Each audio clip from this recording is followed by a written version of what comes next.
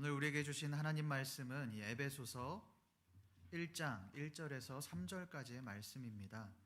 에베소서 1장 1절에서 3절까지의 말씀.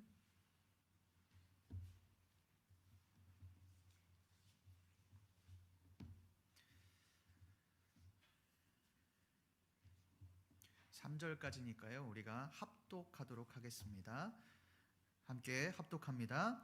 하나님의 뜻으로 말미암아 그리스도 예수의 사도된 바울은 에베소에 있는 성도들과 그리스도 예수 안에 있는 신실한 자들에게 편지하노니, 하나님 우리 아버지와 주 예수 그리스도로부터 은혜와 평강이 너희에게 있을지어다. 찬송하리로다. 하나님 곧 우리 주 예수 그리스도의 아버지께서 그리스도 안에서 하늘에 속한 모든 신령한 복을 우리에게 주시되. 아멘. 좌우에 계신 분과 한번 인사하겠습니다. 잘 오셨습니다. 네, 은혜 받읍시다. 네, 감사합니다.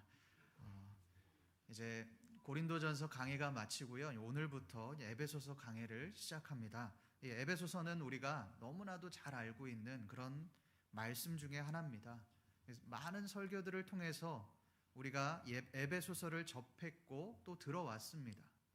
우리가 잘 알고 있는 그 칼빈이 가장 좋아했던 성경이 바로 에베소서였습니다. 피터 오브라이언이라고 하는 신학자는 에베소서를 인류 역사상 모든 기록 가운데 가장 중요한 책 가운데 하나다라고 그렇게 말했습니다. 그만큼 우리에게 익숙하고 잘 알려진, 잘 알고 있는 말씀 중에 하나가 바로 에베소서라고 할 수 있습니다. 그러나 우리는 이 에베소서가 과연 어떤 책인가라고 하는 그 질문에는 쉽사리 대답을 하지 못합니다. 왜 그렇습니까? 에베소서에 대한 전체적인 이해가 어렵기 때문에 그렇습니다. 이 에베소서에 대한 난제 중에 하나가 바로 이것입니다. 도대체 에베소서의 주제가 무엇이냐라고 하는 겁니다. 부분적으로는 우리가 이야기를 많이 들었고 부분적으로는 내용들을 잘 알고 있지만 이 에베소서를 과연 무엇에 대해서 쓴 편지인가라고 요약을 했을 때 그런 근본적인 질문에 대해서 우리가 대답을 하지 못한다라고 하는 것입니다. 이 말은 우리가 에베소서를 부분적으로는 이해하지만 전체적으로는 이해하지 못하고 있다는 것입니다. 우리가 이 에베소서 강해를 통해서 에베소서를 이해할 뿐만 아니라 오늘날 교회와 또 성도들에게 말씀하시는 그 하나님의 음성이 들려지시기를 간절히 소망합니다. 그렇다면 도대체 이 에베소서는 어떤 책일까요?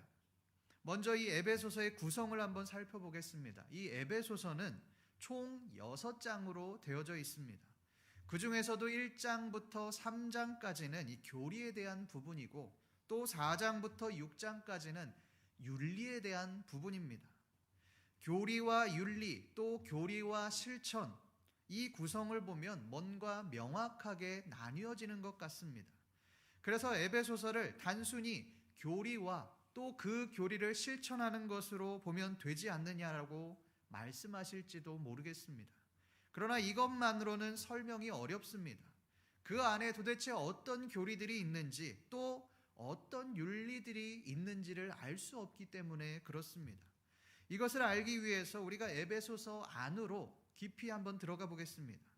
먼저 이 에베소서의 배경을 한번 살펴보겠습니다. 이 에베소서는 빌립보서, 골로새서, 빌레몬서와 함께 옥중서신으로 불려집니다. 이 에베소서는 바울이 로마에 투옥되었을 때인 AD 61년에서 62년 그 사이에 기록이 되었습니다. 바울은 3차 선교 여행 중에 약 3년 동안 목회했던 이 소아시아 에베소 인근 지역 교회들에게 편지를 보내는데 그 서신이 바로 에베소서입니다. 이 에베소라고 하는 지역은 당시 이 소아시아 서부 해안에 위치한 이오니아 주의 수도였습니다.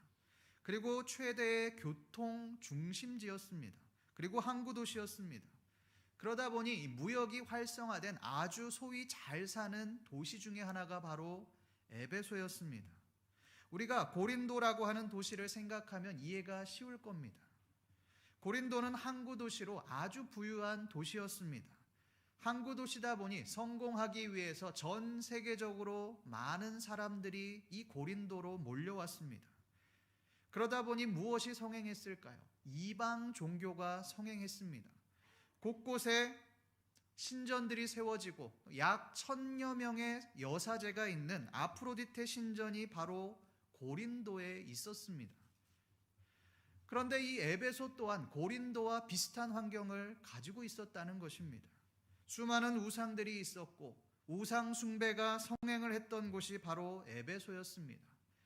우리 사도행전 19장 26절에서 27절까지의 말씀을 함께 읽어보도록 하겠습니다. 시작. 이 바울이 에베소뿐 아니라 거의 전 아시아를 통하여 수많은 사람을 권유하여 말하되 사람의 손으로 만든 것들은 신이 아니라 하니 이는 그대들도 보고 들은 것이라. 우리의 이 영업이 천하여질 위험이 있을 뿐 아니라 큰 여신 아데미의 신전도 무시당하게 되고 온 아시아와 천하가 위하는 그의 위엄도 떨어질까 하노라 하더라. 이 사도행전 19장에 보면 에베소에 데메드리오라고 하는 은장색이 있었습니다. 그는 은으로 아데미 신상 모형을 만드는 그런 일을 했습니다. 당시 에베소에서 아데미 신상을 만드는 일은 단순한 직업 중에 하나가 아니었습니다. 엄청난 수입원이자 일자리 창출이 이루어지는 그 도시의 근원이라고 할 수 있었습니다. 그 정도로 이 에베소는 우상이 만연한 도시였습니다. 그런데 바울이 그들을 향하여서 사람의 손으로 만든 것들은 신이 아니다라고 말하기 시작하는 겁니다. 실제로 이 바울의 말을 듣고 신상을 조각하던 사람들이 기독교인으로 회심하는 그런 일들이 생겼습니다. 여러분, 그들의 입장에서, 이 에베소 사람들의 입장에서, 또 우상을 조각하던 그 사람들의 입장에서 이것은 단순히 배교를 했다의 차원이 아닙니다. 그들의 생존을 위협하는 그런 일이었습니다. 이에 데메드리오가 신상을 조각하던 그 사람들을 모아서 바울을 향해 시위를 벌이기 시작합니다. 그다 에베소 사람의 아데미여라고 분노하며 사람들이 소리를 지르기 시작합니다. 말씀에 보면 이 일로 온 시내가 요란하였다라고 그렇게 말씀합니다. 그 정도로 이 에베소는 우상 숭배가 성행했던 그런 곳이었습니다.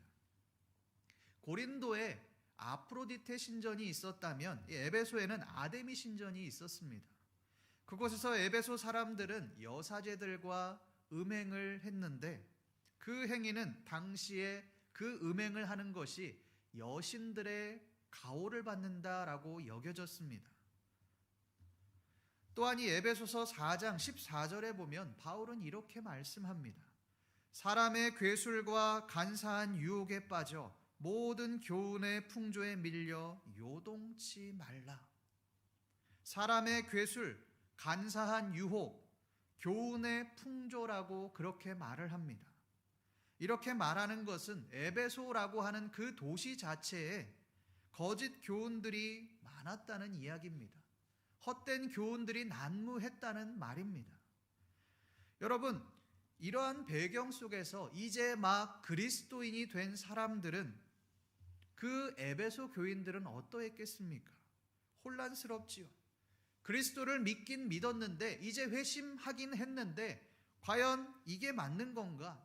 내가 잘못된 선택을 하는 것이 아닌가? 내가 속은 것이 아닌가? 이런 혼란스러운 상황에 있었을 겁니다.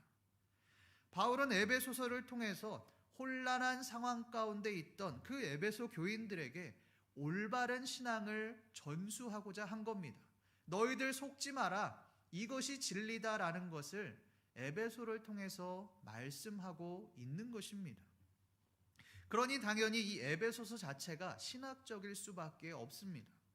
바울은 이 혼합주의에 직면한 그 에베소의 교인들에게 자신의 올바른 신학을 정립하기 위해서, 믿음이 흔들리지 않도록 하기 위해서 이 에베소서를 기록했습니다. 그래서인지 이 에베소서는 6장밖에 되지 않는 그 짧은 서신이지만 그 안에는 기독론, 구원론, 교회론, 종말론 등의 다양한 바울의 신학과 주요 사상들이 아주 상세하게 기록이 되어 있습니다. 바로 이런 부분들이 에베소서를 이해하는 데 있어서 어렵고 또 힘들게 만드는 그런 부분들입니다. 그렇다면 여러분이 에베소서를 어떻게 보아야 하겠습니까? 여러 가지 관점들이 있지만 이 에베소서는 기독론과 교회론적인 관점으로 보아야 하는 서신입니다. 쉽게 말하면 예수 그리스도는 어떤 분이시며 그 예수 그리스도를 머리로 두고 살아가는 성도들 또 교회들은 어떻게 신앙생활을 해야 하는지에 대해서 말하고 있는 서신이 바로 에베소서라고 할 수 있습니다. 이 관점을 가지고 오늘 본문의 말씀을 한번 들어가 보겠습니다. 우리 1장 1절의 말씀을 함께 읽어보겠습니다. 시작. 하나님의 뜻으로 말미암아 예수의 사도된 바울은 에베소에 있는 성도들과 그리스도 예수 안에 있는 신실한 자들에게 편지하노니. 여러분 1장 1절 말씀에서 바울은 누구에게 편지한다고 말씀합니까? 두 부류를 말씀합니다. 하나는 에베소에 있는 성도들입니다. 또 두 번째는 그리스도 예수 안에 있는 신실한 자들에게 편지한다라고 그렇게 말씀합니다. 에베소서가 에베소 교인들을 위해서 기록한 것인지 아니면 그리스도 예수 안에 있는 신실한 모든 자들을 위해서 기록한 것인지 도대체 이 말씀만 보면 헷갈립니다. 도대체 이것을 어떻게 보아야 합니까? 사실 여기에는 에베소서만의 독특한 특징이 있습니다. 다른 서신들을 보면 이 서두의 인사들을 보면 디모데나 실루아노 같은 공동 발신자가 언급이 되지만 에베소서는 그 언급이 없습니다. 물론 에베소에 있는 성도들이라고 하는 수신자를 밝히지만 그것 또한 명확하지 않습니다. 왜 그럴까요? 이 에베소서라고 하는 것이 처음부터 에베소 교회만을 위해서 또 에베소 성도들만을 위해서 기록한 것이 아니기 때문에 그렇습니다. 이 에베소서라고 하는 것은 에베소와 소아시아에 있는 교회들을 위해서 작성한 것입니다. 그러나 이 바울이 에베소서를 에베소 교인들을 위해서 작성했든 아니면 그 근방의 소아시아 교회들을 위해서 기록을 했든 그것은 중요하지 않습니다. 중요한 것은 바울이 이 에베소서를 통해서 어떤 말을 하고자 하느냐가 중요한 사실입니다. 여러분이 바울이 어떤 말을 합니까? 1절 말씀을 자세히 보십시오. 에베소에 있는 성도라고 말을 합니다. 또 그리스도 예수 안에 있는 신실한 자들이라고 그렇게 말을 합니다. 에베소와 또 여러 교회의 교인들을 향하여서 성도, 신실한 자들이라고 그렇게 말을 하고 있습니다. 여러분, 이것이 우리가 볼 때는 굉장히 자연스러운 흐름이라고 여길지 모르겠습니다. 그러나 이것은 당시 에베소 사람들에게는 충격적인 말이었습니다. 왜 그렇습니까? 당시에 성도라고 말할 수 있는, 성도라고 부를 수 있는 사람들은 오직 유대인들 뿐이었기 때문에 그렇습니다. 하나님께서 선택한 백성들만이 성도, 거룩한 백성이다라고 하는 그 호칭을 사용할 수 있었습니다. 그런데 에베소 교인들이 누구입니까? 유대인들이 아닙니다. 이방인들입니다. 이방인들은 유대인들이 가증하게 여기는, 더럽게 여기는 그런 민족들입니다. 유대인들은 이방인들이 하나님을 믿어서는 안 된다라고 여겼던, 구원을 받을 수 없다라고 여겼던 그 자격이 안 되는 사람들이라고 말했던 사람들이 바로 이방인들입니다. 그런데 바울은 그 더럽고 가증스러운 이방인들, 에베소 교인들을 향하여서 성도라고 말을 합니다. 거룩한 백성이라고 말을 합니다. 신실한 자들이라고 그렇게 말을 하고 있습니다. 여러분이 에베소 교인들은 이런 호칭을 받을 만한 자격이 없는 사람들입니다. 단순히 이방인이기 때문이 아닙니다. 그들은 에베소에 살면서 그리스도인이 되었고 회심은 했지만 아직도 제대로 성화되지 못한 그런 삶을 살아가고 있었습니다. 아직도 우상의 고리를 끊어내지 못했고 거짓 교훈에 흔들리고 넘어가는 그런 미성숙한 교인들이었습니다. 기독교인이라고 말하기도 부끄러운 그런 어린아이나 다름이 없었습니다. 그러나 바울은 그런 어린아이와 같은 그 에베소 교인들을 향하여 너희는 성도다, 거룩한 하나님의 백성이다, 너희는 신실한 자들이다 라고 그렇게 말을 하고 있습니다. 성도 여러분, 이것이 바로 복음입니다. 세상은 자격 있는 사람들을 높여줍니다. 능력이 있고 힘이 있는 사람을 높여줍니다. 그들에게 굽신굽신하고 그들의 편의를 봐줍니다. 그러나 여러분, 복음은 그렇지 않습니다. 연약한 자, 자격이 없는 자, 세상에서 힘이 없는 자, 쓸모없는 자를 구원해 주시고 은혜를 베풀어 주시는 것이 바로 복음입니다. 세상은 연약한 자에게 관심이 없습니다. 약하면 잡아먹히게 되어 있습니다. 루저가 됩니다. 그러나 복음은 아무도 거들떠보지 않는 그런 자격이 없는 죄인들에게 관심을 가집니다. 그 루저인 죄인들을 향하여 너는 거룩한 성도다, 거룩한 나의 신실한 자녀다, 너는 선택된 나의 백성이다, 나의 자녀다라고 그렇게 말씀하십니다. 이것이 바로 복음입니다. 어떤 목사님이 꿈을 꾸셨다고 합니다. 그 꿈을 꾸셨는데 꿈속에서 하나님의 심판대가 눈앞에 있었습니다. 그때 하나님께서 이 목사님에게 이렇게 물어보셨습니다. 너는 항상 진실했는가? 그렇지 못했습니다. 너는 항상 깨끗하게 생활했는가?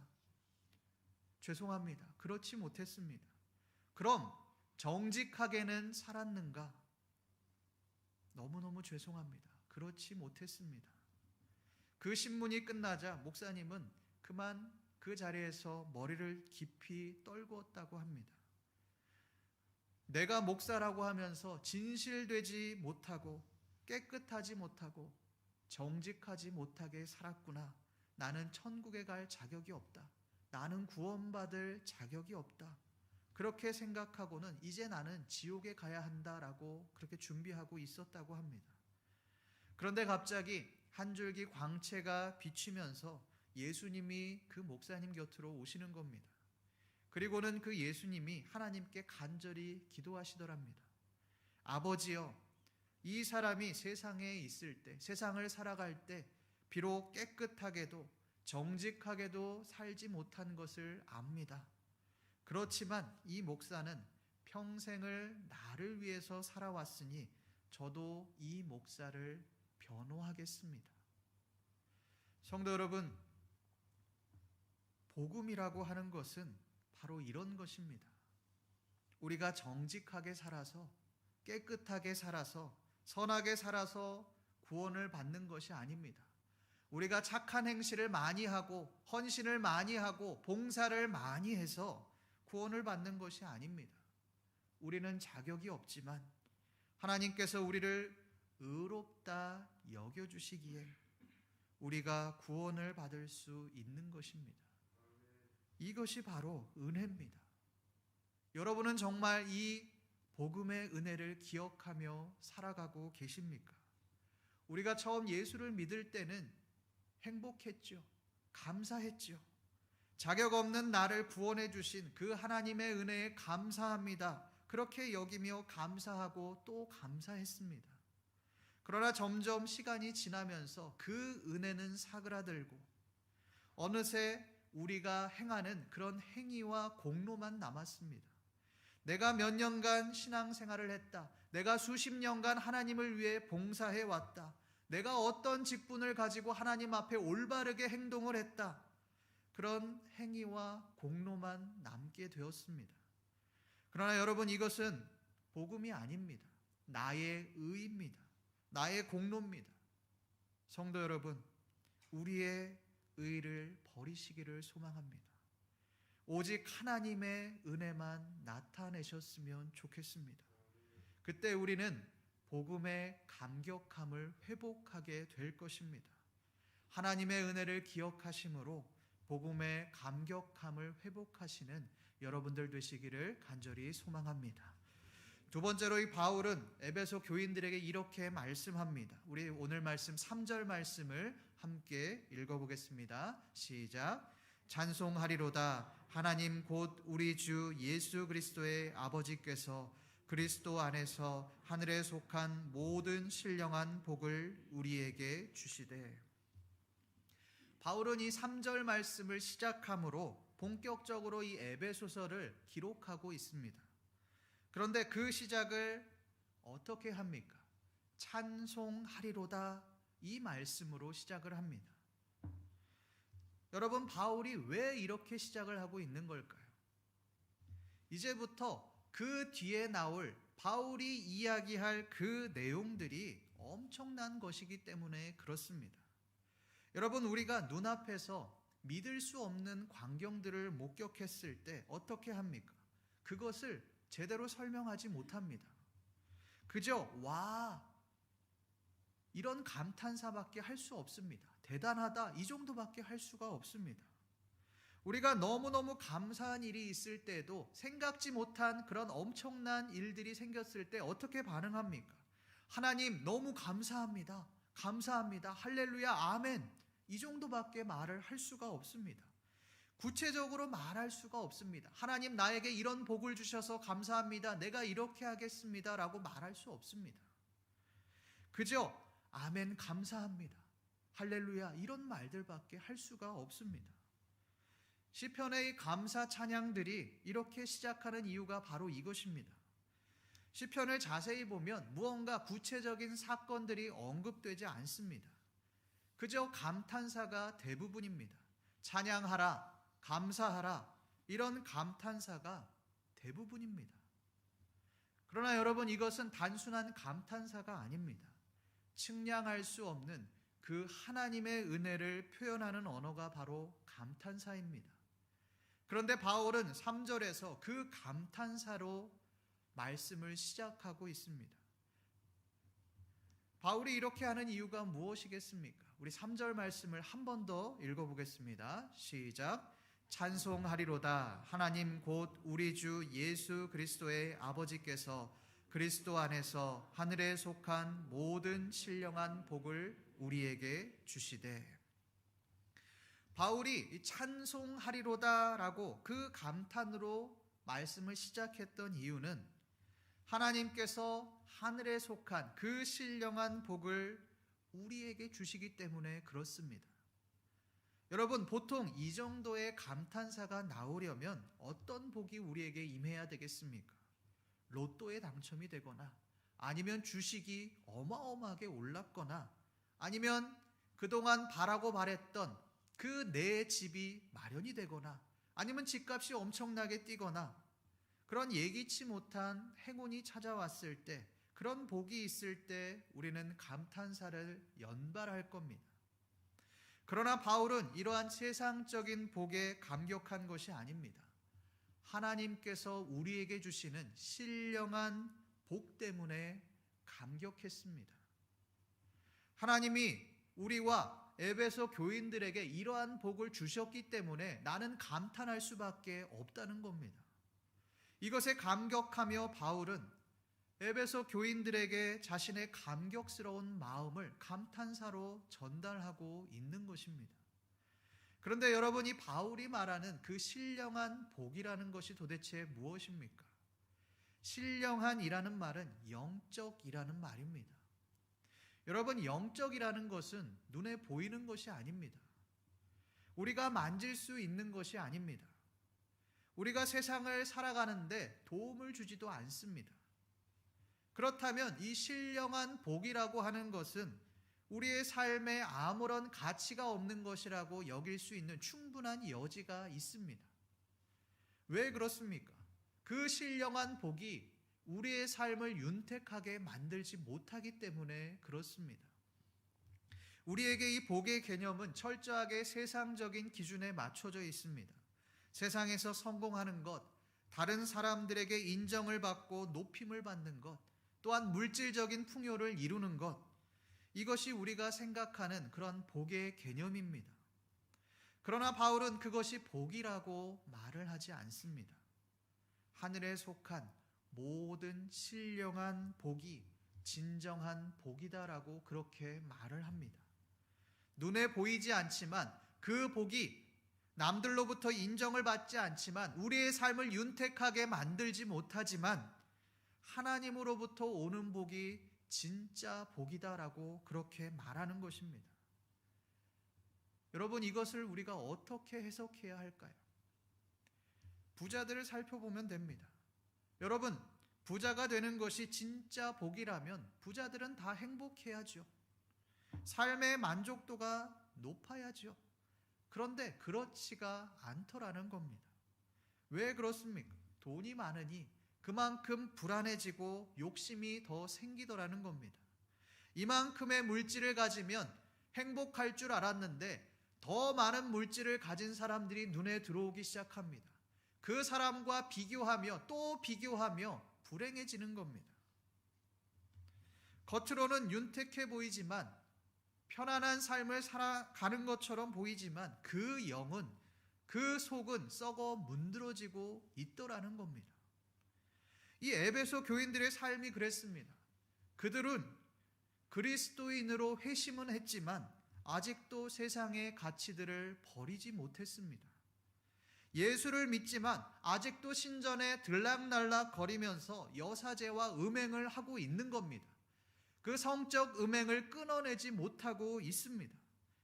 하나님과 우상 사이에서 그 양다리를 걸치면서 신앙인의 삶을 살지 못했습니다. 그런 에베소 교인들을 향하여 이 바울은 우상이 너를 즐겁게 하고 물질이 너의 삶을 윤택하게 만들지 모르지만 그것으로 말미암아 육체적인 쾌락이 너에게 올지 모르지만 결국 그것은 너희들을 멸망으로 이끄는 것이다.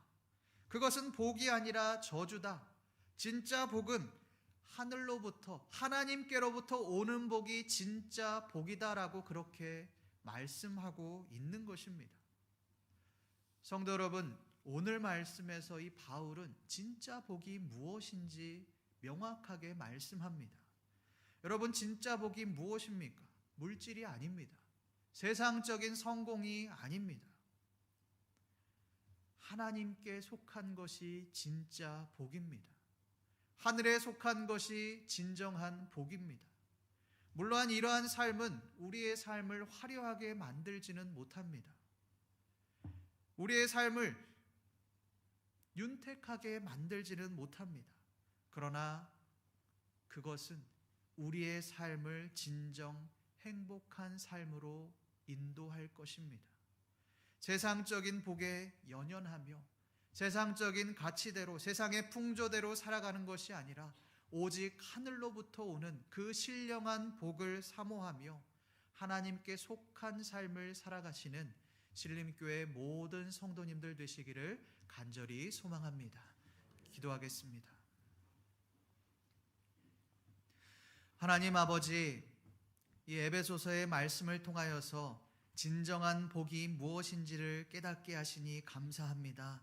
하나님, 죽을 수밖에 없는 죄인인 우리를, 자격 없는 우리를 구원하시고 우리를 하나님의 자녀 삼아주신 그 하나님의 은혜, 그 복음이 우리의 삶의 최고의 가치임을 기억하며 세상의 풍조대로 쾌락과 우리의 유익을 쫓는 삶이 아니라 오직 하늘의 복을 쫓는 귀한 우리의 삶이 되어질 수 있도록 주여 도와주시옵소서.